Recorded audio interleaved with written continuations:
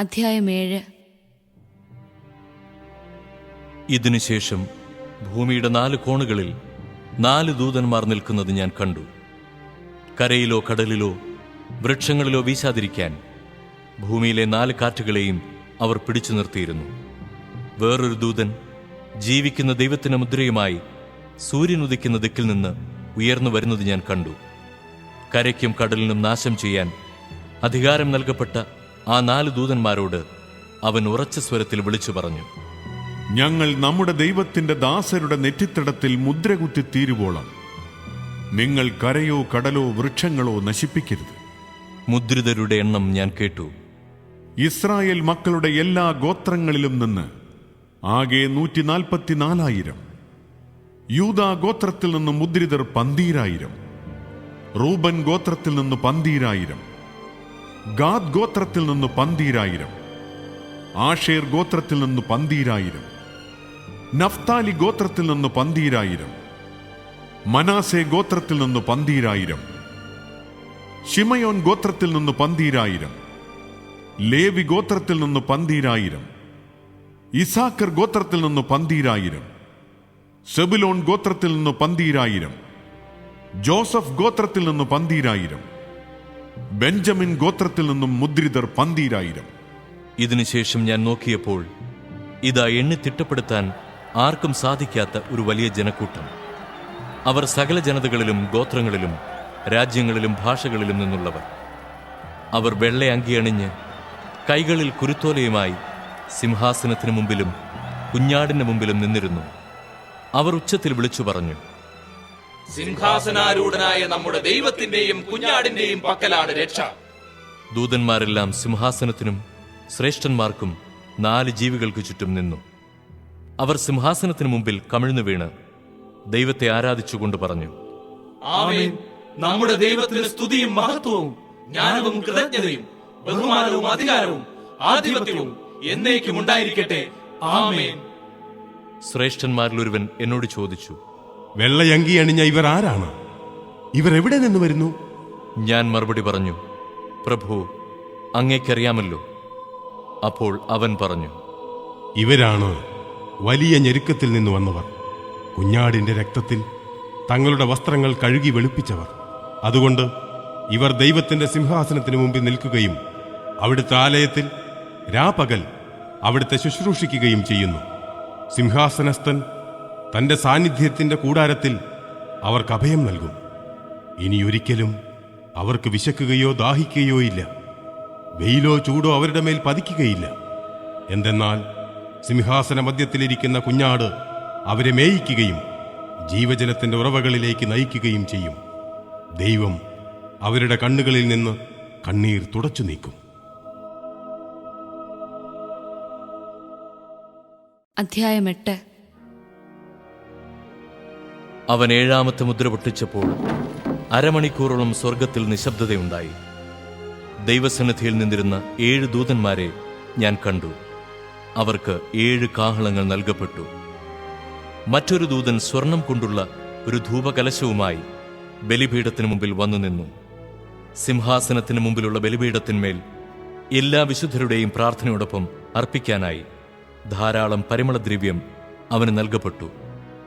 ദൂതന്റെ കയ്യിൽ നിന്ന് പരിമളദ്രവ്യങ്ങളുടെ ധൂപം വിശുദ്ധരുടെ പ്രാർത്ഥനകളോടൊപ്പം ദൈവസന്നിധിയിലേക്ക് ഉയർന്നു.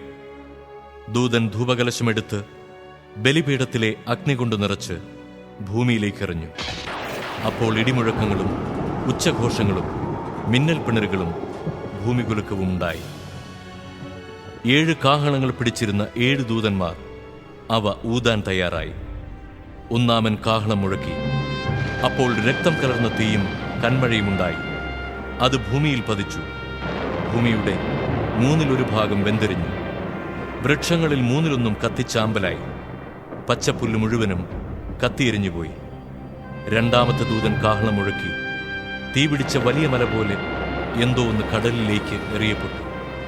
അപ്പോൾ കടലിന്റെ 1/3 രക്തമായി. കടലിലെ ജീവജാലങ്ങളിൽ 1/3 ചത്തുപോയി. 1/3 ഭാഗം കപ്പലുകളും നശിപ്പിക്കപ്പെട്ടു. 3-ാമത്തെ ദൂതൻ കാഹളം മുഴക്കി. അപ്പോൾ പന്തം പോലെ കത്തുന്ന ഒരു വലിയ നക്ഷത്രം ആകാശത്തുനിന്ന് അടർന്ന് നദികളുടെ മൂന്നിലൊന്നിന്മേലും നീരുറവകളിന്മേലും പതിച്ചു. ആ നക്ഷത്രത്തിന്റെ പേര് തിക്തകം. അത് വീണപ്പോൾ ജലത്തിന്റെ മൂന്നിലൊന്ന് തിക്തകമായി.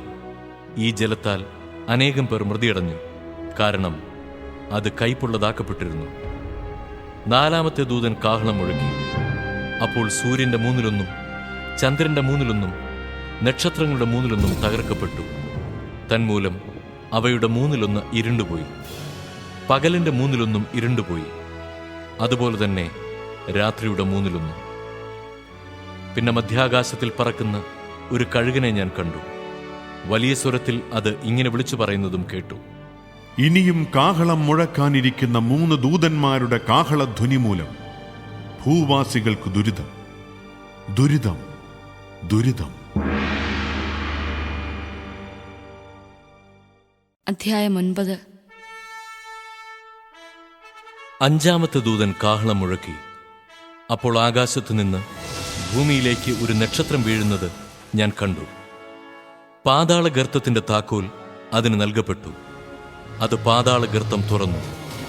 അവിടെ നിന്ന് വലിയ തീച്ചൂളയിൽ നിന്ന് എന്ന പോലെ പുക പൊങ്ങി.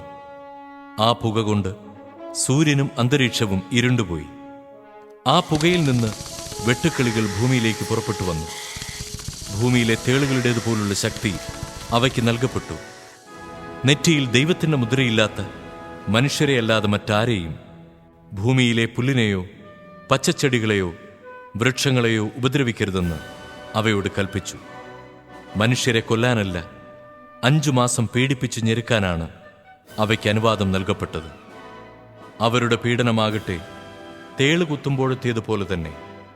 ആ നാളുകളിൽ മനുഷ്യർ മരണത്തെ തേടും, പക്ഷെ കണ്ടെത്തുകയില്ല. അവർ മരിക്കാൻ ആഗ്രഹിക്കും, എന്നാൽ മരണം അവരിൽ നിന്ന് ഓടിയകലും.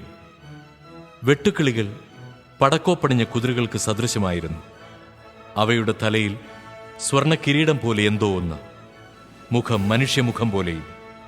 അവയ്ക്ക് സ്ത്രീകളുടേതുപോലുള്ള തലമുടി, സിംഹങ്ങളുടേതുപോലുള്ള പല്ലുകൾ, ഇരുമ്പ് കവചങ്ങൾ പോലുള്ള ശൽക്കങ്ങൾ. അവയുടെ ചിറകുകളുടെ ശബ്ദം പോർക്കളത്തിലേക്ക് പായുന്ന അനേകം അശ്വരഥങ്ങളുടെ ശബ്ദം പോലെ. അവയ്ക്ക് തേളുകളുടേതുപോലെ വാലും വിഷമുള്ളുമുണ്ടായിരുന്നു. ഈ വാലുകളിൽ 5 മാസത്തേക്ക് മനുഷ്യരെ പീഡിപ്പിക്കാൻ പോന്ന ശക്തിയുമുണ്ടായിരുന്നു. പാതാളത്തിന്റെ ദൂതനാണ് അവയുടെ രാജാവ്. അവന്റെ പേര് ഹെബ്രായ ഭാഷയിൽ അബദോൻ, ഗ്രീക്ക് ഭാഷയിൽ അപ്പോളിയോൻ. 1-ാമത്തെ ദുരിതം കടന്നുപോയി. 2 ദുരിതങ്ങൾ കൂടി ഇനിയും വരാനിരിക്കുന്നു. 6-ാമത്തെ ദൂതൻ കാഹളം മുഴക്കി. അപ്പോൾ ദൈവസന്നിധിയിലുള്ള സുവർണ ബലിപീഠത്തിന്റെ 4 വളർകോണുകളിൽ നിന്ന് ഒരു സ്വരം ഞാൻ കേട്ടു. അത് കാഹളം പിടിച്ചിരുന്ന 6-ാമത്തെ ദൂതനോട് പറഞ്ഞു: യൂഫ്രട്ടീസ് വൻനദിയുടെ കരയിൽ ബന്ധിതരായി കഴിയുന്ന 4 ദൂതന്മാരെ അഴിച്ചുവിടുക. ആ 4 ദൂതന്മാരും വിമോചിതരായി. അവർ മനുഷ്യരിൽ 1/3 ഭാഗത്തെ കൊന്നൊടുക്കാൻ നിശ്ചയിക്കപ്പെട്ടിരുന്ന മണിക്കൂറിനും ദിവസത്തിനും മാസത്തിനും വർഷത്തിനും വേണ്ടി തയ്യാറാക്കി നിർത്തിയിരുന്നവരാണ്. ഞാൻ കുതിരപ്പടയുടെ എണ്ണം കേട്ടു. 10,000ങ്ങളുടെ 20,000 മടങ്ങ്. ഞാൻ ദർശനത്തിൽ കുതിരകളെയും അവയുടെ പുറത്തിരുന്നവരെയും കണ്ടു. അവർക്ക് തീയുടെയും ഇന്ദ്രനീലക്കല്ലിന്റെയും ഗന്ധകത്തിന്റെയും നിറമുള്ള കവചങ്ങളുണ്ടായിരുന്നു. കുതിരകളുടെ തലകൾ സിംഹങ്ങളുടെ തല പോലെ. അവയുടെ വായിൽ നിന്ന് തീയും പുകയും ഗന്ധകവും പുറപ്പെട്ടിരുന്നു. അവയുടെ വായിൽ നിന്ന് പുറപ്പെട്ടിരുന്ന തീ, പുക, ഗന്ധകം എന്നീ 3 മഹാമാരികൾ മൂലം മനുഷ്യരിൽ 1/3 ഭാഗം മൃതരായി. ആ കുതിരകളുടെ ശക്തി വായിലും വാലിലുമാണ്. അവയുടെ വാലുകൾ സർപ്പങ്ങളെപ്പോലെയാണ്. അവയ്ക്ക് തലകളുണ്ട്. ആ തലകൾ കൊണ്ട് അവ മുറിവേൽപ്പിക്കുന്നു. ഈ മഹാമാരികൾ നിമിത്തം മൃതരാകാതെ അവശേഷിച്ചവർ തങ്ങളുടെ കരവേലയെപ്പറ്റി അനുതപിക്കുകയോ പിശാചുക്കളെയും കാണാനോ കേൾക്കാനോ നടക്കാനോ കഴിവില്ലാത്തതും സ്വർണം, വെള്ളി, പിച്ചള, കല്ല്, തടി എന്നിവയാൽ നിർമ്മിക്കപ്പെട്ടതും ആയ വിഗ്രഹങ്ങളെയും ആരാധിക്കുന്നതിൽ നിന്ന് പിന്തിരിയുകയോ ചെയ്തില്ല. തങ്ങളുടെ കൊലപാതകം, മന്ത്രവാദം, വ്യഭിചാരം, മോഷണം എന്നിവയെക്കുറിച്ചും അവർ അനുതപിച്ചില്ല.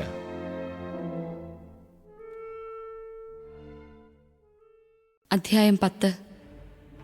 മേഘാവൃതനും ശക്തനുമായ വേറൊരു ദൂതൻ സ്വർഗത്തിൽ നിന്ന് ഇറങ്ങി വരുന്നത് ഞാൻ കണ്ടു.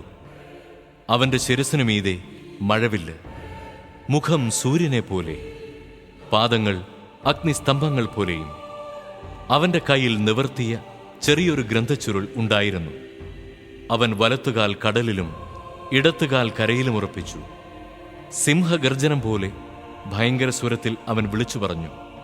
അപ്പോൾ 7 ഇടിനാദങ്ങൾ മുഴങ്ങി. ആ 7 ഇടിനാദങ്ങൾ മുഴങ്ങിയപ്പോൾ ഞാൻ എഴുതാനൊരുങ്ങി. അപ്പോൾ സ്വർഗത്തിൽ നിന്ന് ഒരു സ്വരം പറയുന്നത് കേട്ടു. ആ 7 ഇടിനാദങ്ങൾ പറഞ്ഞത് മുദ്രിതമായിരിക്കട്ടെ, അത് രേഖപ്പെടുത്തരുത്. കടലിലും കരയിലും നിലയുറപ്പിച്ചവനായി ഞാൻ കണ്ട ദൂതൻ വലതു കൈ സ്വർഗത്തിലേക്ക് ഉയർത്തി. ആകാശവും അതിലുള്ളവയും ഭൂമിയും അതിലുള്ളവയും സമുദ്രവും അതിലുള്ളവയും സൃഷ്ടിച്ച് നിത്യം ജീവിക്കുന്നവന്റെ നാമത്തിൽ ആണയിട്ടു. ഇനി കാലവിളംബമുണ്ടാവുകയില്ല. 7ാമത്തെ ദൂതൻ മുഴക്കാനിരിക്കുന്ന കാഹളധ്വനിയുടെ ദിവസങ്ങളിൽ തന്റെ ദാസരായ പ്രവാചകന്മാരെ ദൈവം അറിയിച്ച രഹസ്യം നിവൃത്തിയാകും. സ്വർഗത്തിൽ നിന്ന് ഞാൻ കേട്ട സ്വരം വീണ്ടും എന്നോട് പറഞ്ഞു, നീ പോയി കടലിലും കരയിലും നിലയുറപ്പിച്ചിരിക്കുന്ന ദൂതന്റെ കയ്യിൽ നിന്ന് ആ നിവർത്തിയ ചുരുൾ വാങ്ങുക. ഞാൻ ദൂതന്റെ അടുത്ത് ചെന്ന് ആ ചെറിയ ചുരുൾ ചോദിച്ചു. അവൻ പറഞ്ഞു, ഇതെടുത്ത് വിഴുങ്ങുക. നിന്റെ ഉദരത്തിൽ ഇത് കയ്പായിരിക്കും, എന്നാൽ വായിൽ തേൻ പോലെ മധുരിക്കും. ഞാൻ ദൂതന്റെ കയ്യിൽ നിന്ന് ചുരുൾ വാങ്ങി വിഴുങ്ങി. അത് എന്റെ വായിൽ തേൻ പോലെ മധുരിച്ചു. എന്നാൽ വിഴുങ്ങിയപ്പോൾ ഉദരത്തിൽ അത് കയ്പായി മാറി. വീണ്ടും ഞാൻ കേട്ടു, നീ ഇനിയും അനേകം ജനതകളെയും രാജ്യങ്ങളെയും ഭാഷകളെയും രാജാക്കന്മാരെയും കുറിച്ച് പ്രവചിക്കണം.